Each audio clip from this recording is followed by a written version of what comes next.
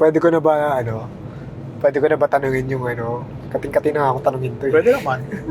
Ano ba yan? Oo nga, yung Soul Games. Oh. Hindi ako masyadong expert sa Soul games. Ang nalaro ko lang talaga, yung chinaga ko lang talaga Elden Ring. Yung mga kapatid ko talaga kapag nagkikwentuhan tungkol sa mga Dark Souls, Demon Souls, ang dami nilang sinasabi. Ako wala akong contribution. Talaga ba? Yung Elden Pero, Ring pinaka-chinaga ko. Mayroon talagang genre for that, no? Oo. Ganun ba kalupit talaga yung story writing niya? Kasi feeling ko doon kayo nadadali. Oo. Ano yung lore? Rich in lore. Yung gameplay niya, gaano kakaiba?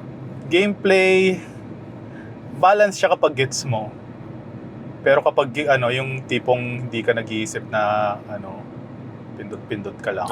Yung ka, Wala, ano tawag sa ganyan? Tatimingan mo eh.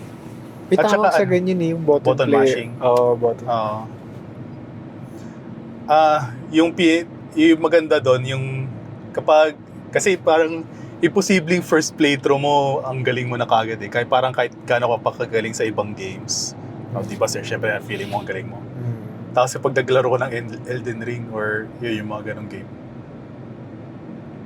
may mga mechanics sila na talagang ipapunish ka eh kung sanay ka dun sa ibang mga laro. Feeling ko ako So, yun. kailangan mo talagang i-rewire yung mo eh. Feeling ko ako yung balong yun. O tipong, tangina yun talaga yung kay Margit, king inang yun, yung first boss na Morgoth. Basta pa rin eh, spoiler. Pero Sorry. tama ba ako? Sa taas, no? Sa taas. Sa taas. Dito. Yun, Tama. tapos parang yung, di ba usually kapag usually monster sa siguro sa Monster Hunter or ibang game, kapag tinasala yung kamay na gano'n, so alam mo yung timing na na tatamaan ka. Okay. Yung pukinang yan, tagal nakagano'n ang tagal sa kanya ibabagsak na ganyan. May gulat. Kasi yung timing iba, sobra. Parang tapos kada boss pa, ibang mechanic. Kaya dun ka rin mahuhook eh. Talagang aaralin mo lahat eh. Kasi ako, hindi ko masabing, hindi kasi ako naglaro niyan eh. Pero expose ako sa kanya dahil nga si Utol naglalaro. So ako, nanonood lang talaga ako. Kasi iba yung addict niya eh. Sobrang addict siya dyan eh. Tapos kahit ako, gagawang hirap. Tsaka marami ring builds. Iba-ibang builds rin. Yun pa, sa build, kasi nababanuan ako sa, putangina, aaralin mo talaga kung yung mga stat ng builds. Pero yung sa Elden Ring daw ang pinaka, ano bang tamang term? Sophisticated. Pinaka-forgiving. Sophisticated pero hindi siya ganun ka-punishing kapag mali yung build mo. Oh, okay. Parang madaling mag-backtrack. Elden Ring to. So ano yung mga notorious games na masasabi mong, puta, ito talaga salang-sala yung mga niya Demon Souls, Dark Souls. Yung talaga yung makakasala na player. Galing, no? Medyo, yung tawag dito yung mga backtracking, yung tipong, yung kapag, yung before ng boss, wala kang save point, walang checkpoint, parang ganun. So kapag na-deads ka, layo na naman tatakboy mo. Mga ganun tipo. Nakakaburat diyan. Ayun, pag mali yung build mo, GG ka, iyak ka. Tangina ako, napipikon pa man din ako sa mga ganun. May mga part talaga ako sa nilalaro ko, may part talaga na pucha, merong boss fight, pero yung save point ang layo. Napipikon ako sa ganun eh. Dito talagang every time, no? Shit, nakaka-anxiety yan, man. Ayun, Elden Ring yung ginawa nila parang before ng boss meron eh.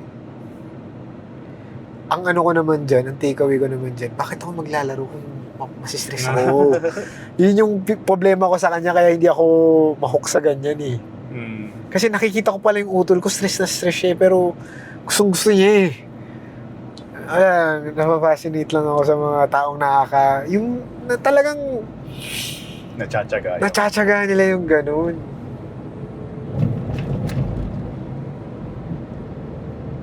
Ako pa man din, paminsan naka-isang oras na. Naka-2 oras na ako. Okay. I'm done for the day. Wala. Sa mga ganyan, di mo bibilangan sarili mo. Kaya nga eh. Pero may times din na talagang may isang game na sobrang nag-enjoy ka.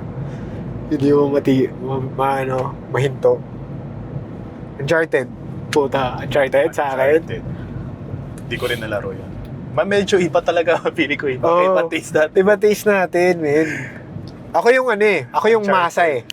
Ako yung mabilis ma-hook sa game. Yung onting mo lang ako, mababentahan mo ako ng game. Ikaw yung tipo. Ikaw yung medyo titignan mo, feeling ko titignan mo pa sinong gumawa, sino developer neto, malaking ganyan. factor sa akin. So ako, gets ko yun. Kasi yun yung mga pinsan ko. Mm. Kaya siguro, ang dami kong games. Kasi nga, sa'yo na to, hindi ko gusto. Hand-me-down ako palagi. Ako si boy hand-me-down eh. Pero gagi, ang galing no? Ibang perspective tayo sa ganyan. Fuck. Magandang rin yun. Magandang kung gaming lang tayo.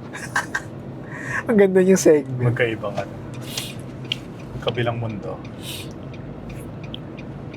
Ako hindi ko naman masabing hardcore eh. Parang medyo nasa casual side pa rin ako eh. Kasi hindi naman talaga yung tipong si Emilio, hardcore. Oo, tsaka rin talaga yung medyo sa competitive scene na Ay, okay, naglalaro. Oo. Ayun nga, nagdodota, never nga akong dumayo ng Iba, di ba? Dumadayo pa. Oo, pustahan. Hindi ako ganun. Pero kasi sila, hustle din nila yun eh. Kumikita rin kasi sila sa mga ganun minsan eh. May mga classmates akong ganun. Ako hindi ako umabot sa ganun. Nagpagsakan lang ako sa school, pero... Ako kasi medyo realistic din ako. Alam kong hindi ako ganun kagaling. Marunong, pero hindi rin ako. Parang... May self-aware ka sa skill level mo.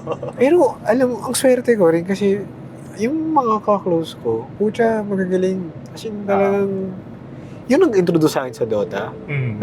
Kasi yun talaga, dumadayo, pustahan, nakikipag-away sa yun. Kasi talagang marunong siya at magaling. Medyo exposed din ako sa mga ganung klaseng tao. Meron din ako mga classmates na hindi na pumapasok ang buhay. Ragnarok online lang. Yan, kuya ko. Maya, pupuntahan natin. Interviewin natin. But, how did you end up here? How's life? Yan, may kukunin. Galing siyang Singapore eh. Nagko-compete rin niya yun. Hardcore rin yan eh. Ano ba ugali ng utol mo? Pares lang ba kayo? Montang kukompete siya ng Street Fighter. Okay. Fighting game. Talaga? May malaki dun. Maganda community. Pero ako, mas trip ko community ng Tekken.